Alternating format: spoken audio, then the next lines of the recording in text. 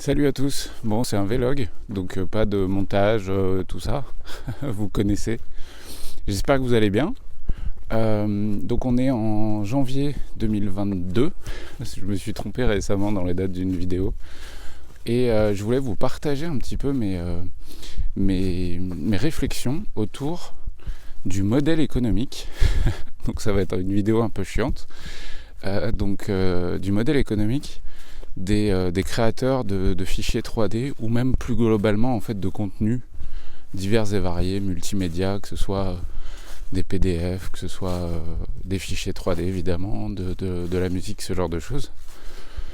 Parce qu'en fait, mon raisonnement il part du fait qu'il y a forcément du piratage.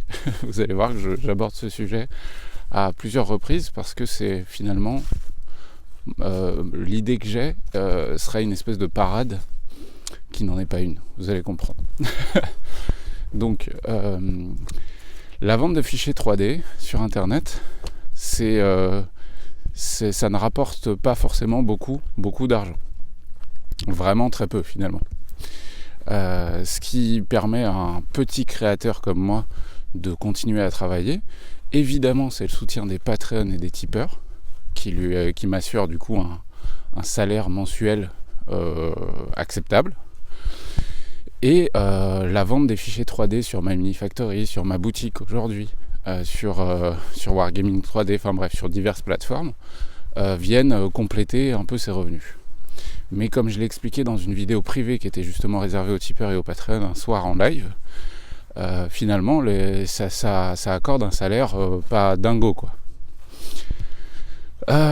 Et s'ajoute donc à ça le piratage qui fait que de plus en plus on m'envoie des tas de documents, de screenshots, de liens, de conversations sur diverses plateformes de gens en fait qui s'échangent des fichiers 3D. Et c'est pas valable que pour mes fichiers, loin de là, hein, c'est valable pour tous les créateurs, absolument tous les créateurs. Du coup, contre ces trucs-là, en fait, on peut rien faire aujourd'hui. Que les choses soient claires, on ne peut absolument rien faire. De toute façon, on aurait beau essayer de ban un groupe qui s'échange des fichiers 3D, le lendemain, il y en aura un nouveau, et ce serait réglé. Et du coup, ça continuerait, et il n'y a pas de solution. Et c'est bien normal. Hein. Le truc, c'est que je ne tire vraiment pas sur les gens qui font ça. Évidemment, du point de vue du créateur qui se fait pirater, ça fait chier. Mais en même temps, je sais aussi, je connais ces réflexes, je suis français, d'ailleurs je vais aborder un peu ce sujet aussi, de la volonté de la culture au sens très large du terme gratuite, accessible à tous. Et ça, c'est une idée qui me plaît aussi. Bref, là où je veux en venir, c'est sur le modèle économique. Je me suis rendu compte qu'il y avait certains Patreon qui font un super beau travail, qui sont pas très connus, en fait, qui sont pas très connus sur le plan YouTube, sur le plan Facebook, etc. Mais par contre, sur le plan création de contenu, c'est des oufs, c'est des dingos. C'est des gens qui font des très belles figurines, ou même pas forcément très belles, mais qui en font beaucoup, vraiment beaucoup. C'est-à-dire que tous les jours, il y a un nouveau fichier 3D qui pop. Et leur modèle économique, à eux, ils me vendent un peu du rêve. Et c'est de ça que je veux vous parler. Leur principe est simple. C'est qu'en fait, vous allez payer donc $10 par mois, donc à peu près 8 €, ce qui revient à 4 cafés, ou ce qui revient à un magazine que vous achetez chez le buraliste. Donc finalement, c'est quand même vraiment pas cher. Donc pour $10 par mois, vous allez avoir accès à leur drive. En fait, et ça change tout. C'est un peu l'espèce de Netflix du contenu 3D. C'est qu'en gros, ils ne vendent aucun de leurs fichiers nulle part. Alors s'ils en vendent, en plus c'est même pas vrai, mais ça vaut pas le coup de les acheter, puisqu'ils les vendent plus cher que l'abonnement d'un mois qui donne accès à tout leur contenu. Et du coup, je trouve le concept vraiment génial, parce que finalement, pour le consommateur, c'est pas cher. C'est moins cher que d'acheter un fichier 3D à 5 ou $10. Et en plus, il a accès à tout, tant qu'il reste abonné. s'il arrête son abonnement, il n'a plus accès au Drive, et du coup il perd cet aspect pratique. Parce que vous allez me dire, ouais, mais du coup, et ça je l'entends, ouais, mais du coup, moi je viens m'abonner un mois à ton Patreon, je télécharge tous les fichiers 3D, il y a 1 Tera de fichiers 3D, et puis je me désabonne. Et oui, ça c'est la baise. Ça on peut rien faire contre, c'est ce qui m'expliquait d'ailleurs. Ça ils peuvent absolument rien faire contre, mais en fait ils comptent sur la bonne volonté des gens, et aussi sur le fait que quasiment quotidiennement, il ajoute des nouveaux fichiers 3D.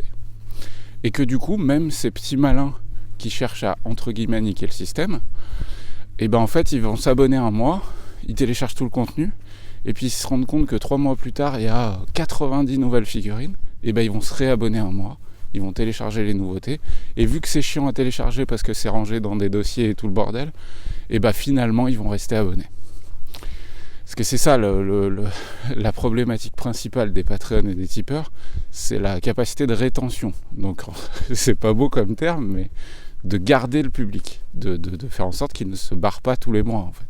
Parce que ça c'est un truc que je me rends compte sur Patreon, parce que maintenant ça fait un peu plus d'1 an que j'y suis, et sur Tipeee aussi, c'est que à la fin d'un mois, vous avez, là actuellement je suis content parce que je dois être si je cumule Patreon et Tipeee, je dois être à 250 personnes qui contribuent à la louche, entre 200 et 250. Mais tous les débuts de mois, je redescends en dessous de 200. Et parce que les gens ne se mettent pas en renouvellement automatique. En fait, ils attendent de voir le mois prochain si ça leur plaît pour se réabonner. Et ça, je le comprends. Donc la principale problématique, c'est cette rétention du public en fait. Et du coup, le fait d'ajouter du contenu, pas quotidiennement, mais quasiment, et bah ça, en fait, ça plaît énormément. Donc voilà, donc je voulais vous partager cette idée. Et en plus, ce qui me plaît derrière tout ça, c'est que c'est l'aspect pratique pour le consommateur, pour le client final. C'est cet aspect extrêmement pratique de je n'ai pas à me prendre la tête à télécharger les fichiers tous les mois, à les stocker sur mon disque dur. J'ai un problème de disque dur, il faut que je retélécharge, il faut que je recontacte le créateur. Non, on s'en fiche. Il y a un drive, il est tout le temps à jour, tout le temps ouvert. Et en fait, tu télécharges le fichier qu'au moment où tu vas l'imprimer. En gros, c'est ça, c'est le principe. Et ce concept-là, je le trouve vraiment, vraiment génial. Sans compter que en tant que créateur, tu peux, du coup, parce que moi je me rends compte que j'ai un aspect créatif qui est bien au-dessus de l'aspect management, de l'aspect marketing, de l'aspect tout ça qui me casse les pieds. Et du coup, j'aimerais passer vraiment beaucoup plus de temps à réfléchir à du contenu plutôt qu'à faire de la gestion. Et c'est exactement ce que gagnent ces créateurs. C'est que derrière, ils ont un certain nombre d'abonnés et du coup, ils n'ont pas à se prendre la tête parce qu'ils savent qu'ils ont leur salaire tous les mois. Là, je vous parle d'un mec, je ne vais pas citer son nom, mais vous pouvez chercher si vous fouillez un petit peu Patreon. C'est un mec qui a quand même plus de 5000 personnes qui lui donnent 8 euros tous les mois. Donc ça fait des chiffres complètement dingues en plus, donc ça fait un peu rêver quand on a des projets de divers et variés. Et il a vraiment absolument pas à se prendre le chou. Du coup, moi, c'est vers ça que je vais me diriger. Que les choses soient claires, c'est comme ça que je veux finir par transformer mon travail. C'est un espèce d'esquisse-flix, en quelque sorte. Donc, sur le principe d'un abonnement, entre guillemets, mensuel, et basé sur la bonne volonté. Tu restes abonné parce qu'en plus, c'est pas que les fichiers 3D. Alors oui, la majorité des gens sont sur Patreon et Tipeee pour me soutenir parce qu'il y a des fichiers 3D. Je l'ai bien vu, hein, il y a eu une explosion le jour où j'ai mis des fichiers 3D en ligne sur Patreon et sur Tipeee. Avant, on devait être à 50 tipeurs. J'ai mis des fichiers 3D tous les mois, on est passé à 200. Donc les gens sont là pour ça. Mais dans le cas de ce que moi je veux faire, il y a aussi l'aspect vidéo, évidemment, parce que ça me soutient aussi sur ce plan-là. Vous avez vu que j'essaye d'en mettre en ligne quand même assez régulièrement.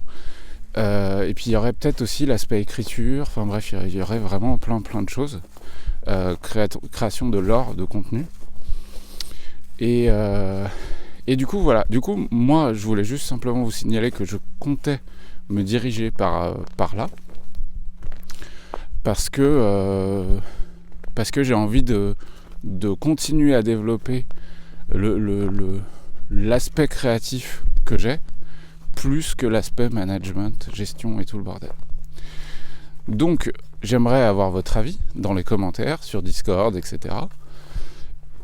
Imaginez que je dise que si on atteint, et je vais me justifier après, si on atteint 1000 soutiens mensuels, 1000 Patreon, Patreon Tipeee, je cumule les deux évidemment, encore une fois pour communiquer avec le public français en français et avec le public anglophone en anglais. Si j'atteins 1000, et ben en fait tous mes fichiers 3D depuis le début, depuis vraiment le début, donc il y aura des trucs moches, et il y aura des trucs un peu plus jolis, et puis demain il y aura des trucs encore plus jolis, je l'espère. Si on atteint 1000 personnes à 8 € par mois, ça fait des ronds, hein. Et ben j'ouvre mon drive à tout le monde. Et du coup, je gagne un temps complètement fou, parce que je vous assure que c'est vraiment chronophage, sur la gestion de la vente des fichiers 3D. Je gagne un temps de dingue sur la gestion des financements participatifs, parce que les financements participatifs, c'est tellement chronophage à mettre en place, vous n'avez pas idée. Regardez ici, ouais, rien à voir, mais hop, juste là, on est bien là. Bon, ça caille sa race, hein, j'ai le bout des doigts gelé, et pas que les doigts. Donc bref, donc si on atteint 1000 personnes, et ben je passe mon drive en ouvert pour tous les Patreon et Tipeee, et j'arrête de passer mon temps à faire de la gestion en fait. Maintenant, histoire de justifier tout ça, parce que vous allez me dire, attends, 1000 personnes, ça te fait 8000 balles par mois, mec, tu dors dans la soie, tu manges du caviar, tout ça. Non, c'est plus compliqué que ça. Si je fais 1000 Patreon, on peut tromper 1000 fois 1000 personnes. Non, si je fais 1000 Patreon à 8 €, déjà il n'y en aura pas 1000 à 8, il y en aura un peu moins, parce qu'il y en a qui donnent moins, et il n'y a pas de souci. C'est déjà adorable de donner ne serait-ce que 1 euro. Donc s'il y a 1000 personnes qui donnent 8 €, ça fait 8000 €. 8000 € par mois. Mais, bon, déjà il faut savoir que pour atteindre ces 1000, il va falloir que je me fasse connaître encore plus. Pour vous donner une idée, ce mec avec qui j'ai échangé, qui est à 5000, plus de 5000 Patreon, il a un budget mensuel Google Ads, Facebook Ads, etc. Donc c'est un budget publicitaire de pub qu'il envoie sur Internet. Il a un budget mensuel qui est à peu près de 4000 $. Donc il a beau se faire plus de 20 000 $ par mois. Juste en pub, il y en a 4000 qui partent. Donc moi, pour atteindre les 1000, il va falloir que je mette des ronds dans la communication. Alors, la force aussi, c'est peut-être vous, hein, sans aucun doute, c'est que vous en parliez aussi, mais n'empêche qu'il faudra que je fasse de la pub sur Internet, beaucoup plus que ce que je fais aujourd'hui.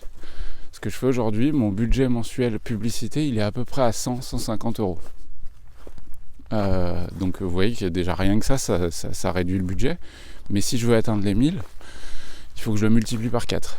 Donc déjà, si je fais 8000 balles par mois, déjà je peux enlever quasiment 1000 balles juste en communication. Ensuite, il ne faut pas oublier que les plateformes comme Tipeee et Patreon prennent 5%. Donc déjà on enlève aussi 5%. Et on va ajouter à ça les 5% de PayPal, puisque 99% des gens payent par PayPal. Donc en fait on enlève encore 10%. Donc sur ces 7000 qui restent, il reste 6300. Ensuite il y a les charges à payer. Mais ça sur le montant total, bien évidemment. Et tout le bordel. Et tout ça au final me permettrait, sans aucun problème, de recruter une personne en plus. C'est le but. Parce que derrière, si tu as 1000 personnes, 1000 Patreon, il faut gérer la communauté. Parce que déjà rien qu'aujourd'hui, où j'en ai 250, j'ai au moins 10 messages par jour. Et ça, c'est du temps. Donc il faut quelqu'un qui gère la communauté, il faut quelqu'un qui fasse les visuels, tous les visuels pour dire il y a un nouveau fichier 3D, bah ok, il faut prendre Photoshop et tout le bordel, tout ça c'est énormément de temps. Il faut quelqu'un qui gère l'aspect administratif de l'entreprise et tout le bordel. Bref, sur ce montant qui reste, et ben en fait je peux recruter quelqu'un qui va bosser avec moi à temps plein sur la gestion, sur les idées aussi, parce que des fois je suis en manque d'idées, c'est normal. Je suis du genre à énormément parler avec ma chérie très souvent, mais avec mes potes aussi, etc. Et ensuite je fais le tri et je fais les trucs qui me hype plus en sculpture 3D, quoi. Enfin bref. Donc le but ce serait ça. Et ce serait ça parce que ce serait juste formidable déjà de pouvoir embaucher quelqu'un en ces temps difficiles. Parce que je vous cache pas que si j'embauche quelqu'un, la première personne que j'embauche sera ma chérie. Sans aucun doute. C'est pas juste. c'est pas juste. Je m'en bats les couilles. N'importe qui ferait la même chose dans ce cas-là. Parce qu'elle est d'un soutien sur le plan pro qui est complètement dingue et c'est pas juste pour elle aujourd'hui parce qu'elle passe énormément de temps à m'aider alors qu'elle n'a pas de salaire, donc ça c'est pas juste mais c'est pas juste non plus parce que je pourrais ouvrir la place, mais en même temps quand tu travailles qu'à 2 personnes dans une entreprise, faut qu'il y ait un feeling de ouf, enfin faut que ça se passe très très bien et du coup bref la première personne la plus voilà, c'est elle. En l'occurrence, je sais aussi que mon pote là en question, qui lui a plus de 5000 Patreon, lui il fait bosser 2 autres personnes. Donc certes il se fait des ronds tous les mois, mais finalement il a créé une entreprise qui lui a permis de recruter du monde, chacun avec sa spécialité. Donc il y a du Photoshop, il y a de la gestion, enfin bref, il y a tout cet aspect là. Et voilà. Donc je vais essayer de me diriger vers ça, mais c'est un peu un pari que je fais. Et là je vais en revenir au français. Et je suis français, hein, donc c'est des critiques qui me concernent aussi. Comme je vous l'ai dit, on a tendance, et c'est pas que moi qui le dis, hein, vraiment j'en ai parlé avec des gens de plein de nationalités différentes, on a tendance à considérer la culture comme gratuite. Et du coup, le piratage, c'est valable pour les Français, mais c'est valable en fait pour toute la zone sud-européenne. Donc, Sud-Europe, je considère la France dedans, en tout cas le sud de la France, mais le bassin méditerranéen, etc. On n'a aucun scrupule à pirater. Et on le fait de manière vraiment, vraiment très importante. Contrairement à beaucoup d'autres pays. Du coup, c'est un pari que je vais essayer de faire sur l'année 2022 là. C'est de mettre des ronds. Donc je vais dépenser des sous dans la communication, dans la pub. Je vais compter aussi sur vous, sans aucun doute. Et surtout, je vais l'annoncer sur Patreon et sur Tipeee que si on atteint les 1000, j'ouvre le drive. Et du coup, vous pourrez tous... Ça, c'est quand même super pratique. Moi, je m'imagine en consommateur. C'est quand même super pratique de te dire que tu n'as pas besoin d'aller télécharger les trucs. Tu les télécharges quand tu veux les imprimer. C'est tout. Et tu as accès à un catalogue de dingue. Et évidemment, ce qui est génial aussi avec cet aspect, c'est que déjà, quasiment quotidiennement, il y aura des nouveautés. Ça permet aussi aux créateurs de plus mettre de barrières marketing. Moi, je le vois. Hein. Il y a des choses que j'ai sculptées à des périodes précises parce qu'il y avait une vague à attraper. Il y a... je sais pas si vous voyez ce que je veux dire, mais je pense que si. Bref, des contraintes qui font que tu vas dans le sens du vent parce que tu as besoin de sous pour manger, en fait. Et du coup, je pense que ça peut libérer un créateur sur l'idée de se dire, écoutez, vous avez déjà 3000 fichiers 3D en accès pour 8 balles quand vous voulez. Là, aujourd'hui, j'ai envie de sculpter un elfe qui fait caca. Je vais sculpter un elfe qui fait caca. putain, je vais le faire ça. Ah ouais, je vais le faire, c'est trop cool. Bref, ça ouvre l'aspect créatif. Et ensuite, il y a un autre truc, c'est que dans le cas où les patrons continuent de monter, parce que c'est aussi... c'est très prétentieux tout ce que je dis, parce que j'ai aucune idée de si je vais y arriver. Et je pense d'ailleurs que je vais me planter. Parce que le public francophone, c'est pas simple de lui faire sortir 8€. Alors que t'es juste un créateur, t'es juste un artiste. Il y a un aspect un petit peu négatif, souvent. Alors c'est de moins en moins vrai, mais il y a toujours quand même un petit peu cet aspect. Ouais, bon, c'est bon, il y a de quoi manger, ça va, quoi. Donc je pense que je vais me planter, mais on va essayer. J'ai envie d'essayer, donc on va tester le truc. Donc si on a, voilà, tout ça pour dire que si on arrive à atteindre les 1000 patrons et les 1000 tipeurs, rassurez-vous, je vais mettre un max de pub sur cet aspect-là.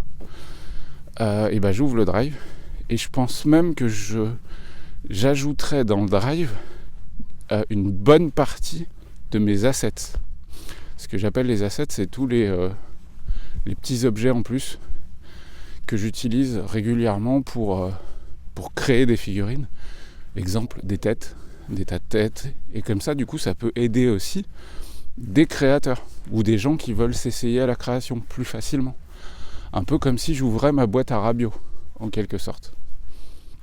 Des mains, des flingues, des sacs à dos, des arbres, bref, plein de petits trucs qui peuvent faciliter la vie à quelqu'un qui a envie de bidouiller un petit peu. Sur le plan de la propriété intellectuelle, dans le cas de l'ouverture d'un drive comme ça, les fichiers 3D resteraient ma propriété, mais je suis en train de regarder et si vous avez des conseils là-dessus, n'hésitez pas, merde, je sais plus comment ça s'appelle, vous savez, les petites lignes qu'on voit là, copyright interdit, machin, tous ces trucs-là.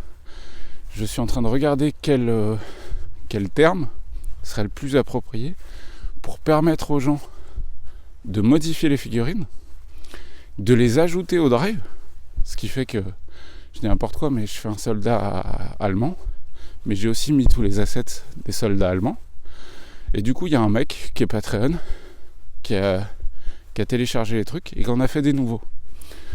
Et il veut les mettre dedans pour les partager aux autres, un peu sur l'aspect open source. Et bah du coup il peut, et ça reste mes fichiers 3D, mais c'est lui qui les a fait, donc il est crédité, il gagne pas d'argent là-dessus, moi non plus, puisque les fichiers 3D je les vends pas, ils sont disponibles gratuitement, ils sont disponibles à tous les tipeurs et tous les Patreons. Et voilà, et du coup je cherche comment faire ce truc pour que ce soit légal en France, parce que dans plein d'autres pays c'est vachement plus simple, mais j'ai l'impression qu'en France c'est un peu galère. Donc si vous avez des conseils là-dessus, bah n'hésitez pas, je suis preneur. Bon, on est déjà à plus de 20 minutes de vidéo, mais je crois que vous avez compris le principe. Je vais essayer, quitte à me planter, c'est pas grave, d'atteindre 1000 Patreon et Tipeee, cumulés, évidemment, je veux pas 1000 d'un côté et 1000 de l'autre. Et si on atteint ces 1000, et ben je vais faire un drive sur lequel, je l'ai déjà le drive, sur lequel tous les fichiers 3D esquisses seront disponibles pour tous les tipeurs et tous les Patreons. Ce qui fait qu'il n'y aura plus d'histoire de... Parce que ça, c'est un aspect de gestion de dingue. C'est le mec qui s'abonne en janvier, là, il me dit « Ah, j'ai vu tes fichiers 3D de décembre, de novembre, etc. Ce serait cool. Où est-ce que je peux les acheter ? Donc, il faut que j'envoie le lien. Ah ouais, et j'ai besoin du code de réduction, machin, donc il faut que j'envoie le code. Alors que toutes ces infos sont notées, mais j'en regarde pas, c'est souvent le cas. Il y aura plus cette histoire-là. Tu t'abonnes, tu as accès au passé et au futur tant que tu restes abonné. Et voilà, c'est pas le modèle économique parfait, mais je trouve qu'il a beaucoup d'atouts pour les deux côtés, à condition et uniquement à condition qu'il y ait cette espèce de mutualisation des passionnés qui se disent allez go, on rentre dans l'aventure pour un montant quand même vraiment pas très cher et du coup on peut continuer ce travail, quoi. Voilà, je suis de retour vers la maison. Petit tour sympa, ça caille bien. J'espère que je vous ai pas trop embêté avec cette vidéo. De toute façon, j'imagine que vous avez coupé la vidéo si ça vous a saoulé. Donc voilà. Je vous souhaite à tous de passer un très bon week-end, parce qu'on arrive doucement vers le week-end quand je fais cette vidéo. Et puis on se retrouve pour d'autres vidéos. N'oubliez pas qu'il y a le Discord, etc. Mais toi-même tu sais. Allez, bisous à tous, passez une bonne fin de semaine. Ciao ciao.